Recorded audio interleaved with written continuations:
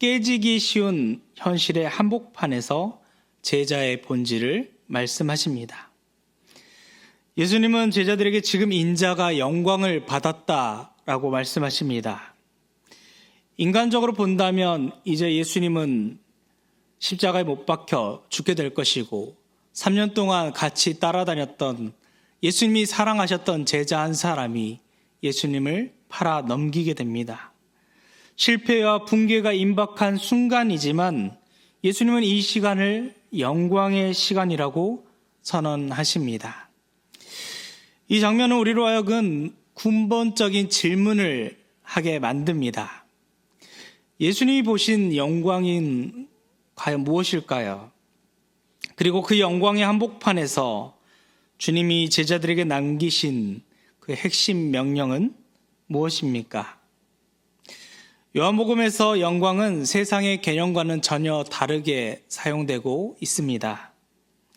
세상은 성공하는 것, 인정받는 것, 승리하는 것을 영광이라고 부르지만 예수님은 십자가를 영광이라고 부르십니다. 왜냐하면 십자가는 하나님의 성품, 곧 끝까지 사랑하시는 하나님이 가장 온전히 계시되시는 자리이기 때문입니다. 십자가는 세상에 보기에는 죽음의 형틀이고 가장 잔혹한 죽음을 맞이하는 수단이지만, 그래서 수치스러운 자리이지만 하나님의 관점에서는 하나님의 사랑을 분명하게 보여주고 사랑의 완성을 드러내는 자리입니다.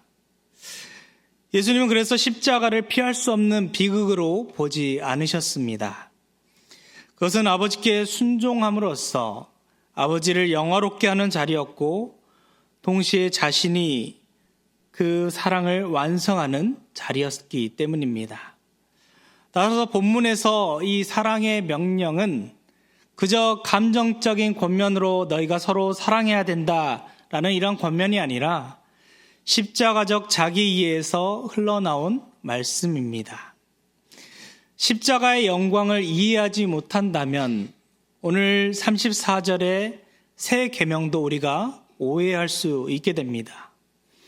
예수님이 말씀하시는 서로 사랑하라는 이 사랑은 감정이나 호의를 나타내는 것이 아니기 때문입니다. 그것은 자기 생명을 내어주는 선택적인 헌신입니다. 십자가를 통과하지 않는 사랑은 기독교적 사랑이라고 말할 수 없는 것입니다. 따라서 서로 사랑하라는 이 명령은 십자가를 배경으로 제자들에게 그리고 앞으로 그리스도를 통해서 하나님을 알게 된 모든 사람들에게 주어지는 말씀입니다. 다시 말해 우리가 서로를 사랑할 때 예수님이 우리를 어떻게 사랑하셨는지 생각해보고 그 십자가의 방식으로 서로를 대하라는 요청입니다. 그래서 십자가를 영광으로 이해하게 될 때 이 사랑은 제자의 삶을 가능하게 하는 근원적인 동력이 되게 됩니다. 그런데 여기서 중요한 점은 이 새 계명이 이 영광의 선언 직후에 주어진다는 사실입니다. 즉 서로 사랑하라는 이 명령은 그저 윤리적인 당위가 아니라 십자가적 영광에 참여하도록 부르시는 초청의 말씀입니다. 제자는 십자가를 이해했을 때 그 십자가의 사랑을 자기의 것으로 받아들이고 그 십자가의 방식으로 살아갈 때 이 십자가의 영광에 참여할 수 있다라고 지금 예수님은 말씀하시는 것입니다. 그래서 33절에서 예수님은 제자들을 향해서 작은 자들이라고 표현하고 있습니다. 이것은 요한복음에서 매우 드물게 사용되는 표현이며 깊은 애정과 보호의 정서가 담긴 호칭입니다. 이제 곧 흩어질 제자들, 두려움에 떨면서 예수님이 십자가에 이제 그 자리로 나아갔을 때 실패하게 될 제자들, 두려움에 잠겨 있을 제자들을 향한 주님의 목회적 시선이 이 한마디에 응축되어 있습니다. 예수님은 제자들이 자신을 곧 부인하고 모두 다 도망갈 것을 미리 알고 계셨습니다. 그럼에도 불구하고 제자들을 향해서 책망하지 않으시고 오히려 앞으로 어떤 존재로 너희들이 이렇게 살았으면 좋겠다라는 것을 분명하게 알려주십니다. 이것이 바로 새 계명이 주어지는 맥락입니다. 제자의 정체성은 세상 가운데서 성공하거나 세상에서 충성하는 그 기록으로 규정되지 않습니다. 오직 주님과의 관계 속에서 다시 정의됩니다. 사랑의 명령은 완전한 사람들, 완벽한 사람들에게 주어지는 것이 아니라 연약한 공동체를 붙들게 되는 이 생존의 원리입니다. 그래서 예수님은 제자들을 향해서 새 계명을 너에게 주노니 서로 사랑하라고 말씀하십니다. 사랑하라는 명령 자체는 이미 구약 성경에도 있었습니다. 그렇기 때문에 이것은 사랑하라는 말만 한다면 이것이 과연 새 계명인가? 라는 의문을 우리가 가질 수 있습니다. 그러나 예수님은 이 계명을 가지고 새 계명을 너희에게 준다라고 이렇게 선언하십니다. 그 이유는 사랑의 기준이 나 자신에서 이제는 그리스도로 이동했기 때문입니다. 구약의 계명을 우리가 생각해 본다면 내 이웃을 내 자신과 같이 사랑하라 라고 이렇게 기록되어 있습니다. 그러나 예수님은 이제 이렇게 말씀하십니다. 내가 너희를 사랑한 것 같이 너희도 서로 사랑하라. 이제 사랑의 기준이 율법이나 인간의 한계가 아니라 나의 감정, 나의 상처, 나의 이해 수준이 아니라 예수님의 자기 희생적 사랑을 토대로서 예수님이 우리를 사랑한 것 같이 우리도 옆에 있는 지체들을, 예수님의 사람들을 서로 사랑하라고 말씀하시는 것입니다. 그래서 이것이 곧 십자가 사랑의 기준이 됩니다. 이 사랑은 조건을 따지지 않고 반응을 계산하지 않으며 때로는 손해를 감수하는 사랑입니다. 예수님이 보여주신 사랑은 곧 배신할 제자들이었지만 그 더러운 발을 친히 씻겨주는 사랑이었고 끝까지 책임지는 사랑이었으며 배신자까지도 끝까지 품어주는 한없는 사랑이었습니다. 그래서 이 새 계명은 추상적으로 너희가 서로 사랑해야 된다라는 것을 나타내는 것이 아니라 구체적 삶의 방식을 우리에게 요구합니다. 그래서 예수님은 34절과 35절에서 서로라는 표현을 반복하여 사용하십니다. 이는 사랑이 가장 먼저 드러나야 할 자리가 먼저 예수님을 따라다니는 사람, 예수님의 제자라고 부르는 사람들이 모여있는 그 공동체임을 분명히 하고 있는 것입니다. 교회가 세상을 향해서 아무리 옳은 말을 할지라도 공동체 안에 사랑이 없다면, 그 예수 그리스도를 믿는 사람들 안에 사랑이 드러나지 않는다면 그 말은 설득력을 잃게 됩니다. 초대교회가 로마 사회에서 주목받았던 이유는 그 조직력이나 규모가 아니라 서로를 대하는 방식이 달랐기 때문입니다. 사랑은 전도의 전략이 아니라 제자의 정체성 그 자체입니다. 세상은 교회가 하는 말보다 교회가 어떠한 관계를 가지고 살아가는가, 세상에 믿지 않는 사람들과 어떠한 방식으로 살아가고 있는가를 먼저 보게 됩니다. 그래서 교회는 세상을 향해서 무엇을 말하기 이전에 우리가 어떤 모습으로 세상에게 보여지고 있는가, 교회가 어떤 모습으로 존재하고 있는가가 더 중요하다는 선언입니다. 35절의 말씀은 오늘 본문의 말씀의 절정입니다. 예수님은 여기서 매우 단호하게 말씀하고 있습니다. 너희가 서로 사랑하면 이로써 모든 사람이 너희가 내 제자인 줄 알리라. 여기에는 세 가지 중요한 의미가 담겨 있습니다. 첫 번째로 제자됨은 내가 예수님의 제자입니다 라고 이렇게 주장한다고 해서 증명되는 것이 아니라는 것입니다. 우리는 그리스도인입니다 라는 말보다 우리가 어떻게 그리스도를 나타내고 있는가, 어떻게 서로를 대하고 있는가, 이것이 분명한 증거입니다. 또한 사랑은 선택사항이 아니라 필수적인 것입니다. 제자들은 표식이 없는 제자는 존재할 수 없습니다. 세상은 그리스도를 믿는 사람들의 사랑의 모습을 통해서 예수님이 과연 어떠한 분인가 판단하게 됩니다. 세상은 성경을 알지 못하고 하나님을 알지 못하기 때문에 교회를 먼저 보게 되고 교회를 다니는 사람들을 먼저 보게 됩니다. 그리고 교회를 다니는 사람들, 그리고 교회가 하는 모습들을 통해서 하나님을 바라보게 되고 그리스도를 해석하게 됩니다.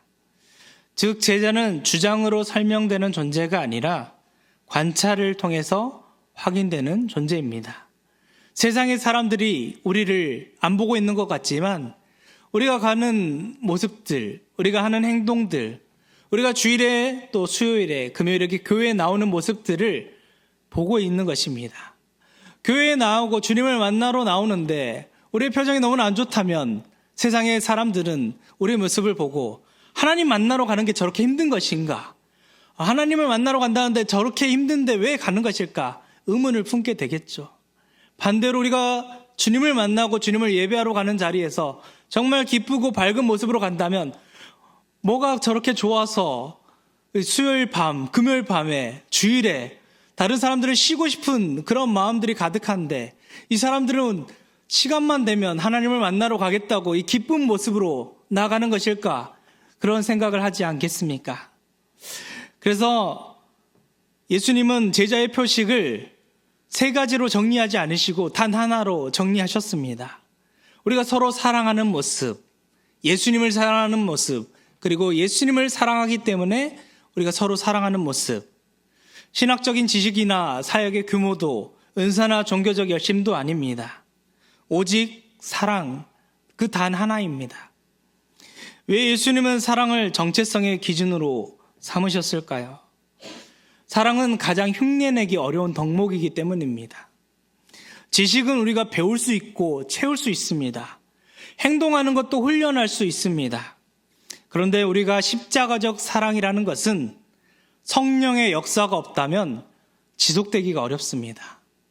때로는 훈련하고 습관적으로 반복해서 되는 것 같지만 그 십자가적 사랑까지 나아가는 것은 성령이 우리 안에 없어서는 이것이 지속되기 어렵기 때문입니다. 세상은 교회를 바라볼 때 교리를 바라보는 것이 아닙니다. 우리가 정말로 십자가적 사랑으로 살아가고 있는가? 우리 안에 정말 성령님이 살아계셔서 살아계신 그 하나님의 그 사랑이 우리 안에 넘쳐 흐르고 있는가? 그래서 우리가 너무나 기쁘고 감사하고 하나님을 만나는 것이, 하나님의 은혜로 살아가는 것이 정말 기쁜 것인가? 이 기쁨의 삶을 영원토록 이어지고 싶은 것인가? 그것을 세상은 바라보고 있습니다. 우리는 이 명령이 얼마나 어려운지 잘 알 것입니다. 제자들도 그랬습니다. 때로는 상처받고 때로는 오해당하고 반복되는 갈등 속에서 이 사랑은 가장 먼저 포기되는 가치 중에 하나이기도 합니다. 이 말씀을 들은 자리에는 곧 닭이 울기 전에 3번 부인할 베드로가 있었고 모두 다 도망치게 될 제자들이 있었습니다. 주님은 그들의 연약함을 모르지 않았습니다. 그럼에도 불구하고 이 계명을 주신 것입니다. 이는 사랑이 능력의 문제가 아니라 순종의 문제이기 때문입니다. 사랑은 내가 감정이 생길 때까지, 내 안에 모든 뜨거운 것들이 생길 때까지 기다리는 것이 아니라 주님이 서로 사랑하라고 말씀하셨으면 내가 이 말씀을 마음에 새기고 주님의 말씀에 따라 순종하겠습니다. 내가 아니라 하나님이 말씀하셨으니 나의 뜻이 아니라 하나님의 뜻에 따라 내가 그것을 의지하여 나아가겠습니다라고 순종하는 것입니다. 오늘 본문은 우리 교회에게 또 우리에게 분명한 질문을 던집니다.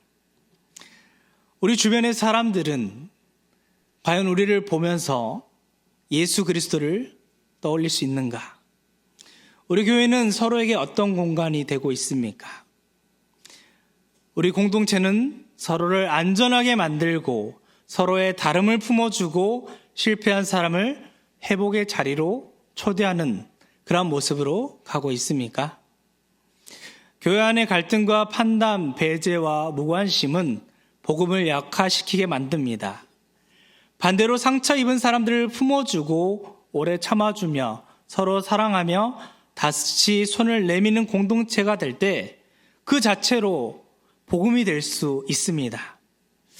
주님은 이제 십자가에 죽게 될 그 마지막 순간에 교회를 어떻게 하면 키우게 될 것인가, 어떻게 해서 많은 사람들을 나에게로 데려와라 이렇게 말씀하지 않으셨습니다.